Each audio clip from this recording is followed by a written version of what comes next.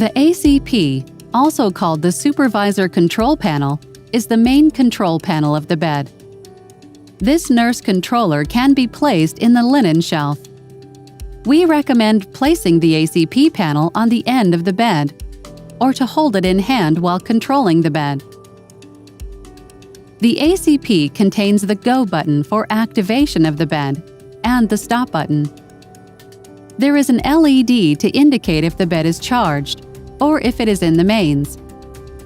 There are basic functions in the gray section: thigh rest up, down, back rest up, down, height adjustment, and auto contour button. The lockout function can lock individual controls. On the right, there is a lockout function for foot pedals, gray Trendelenburg, and reverse Trendelenburg. All preset positions are on the bottom: cardiac chair position, red Trendelenburg, and one button for CPR. Lynette, designed to help you care.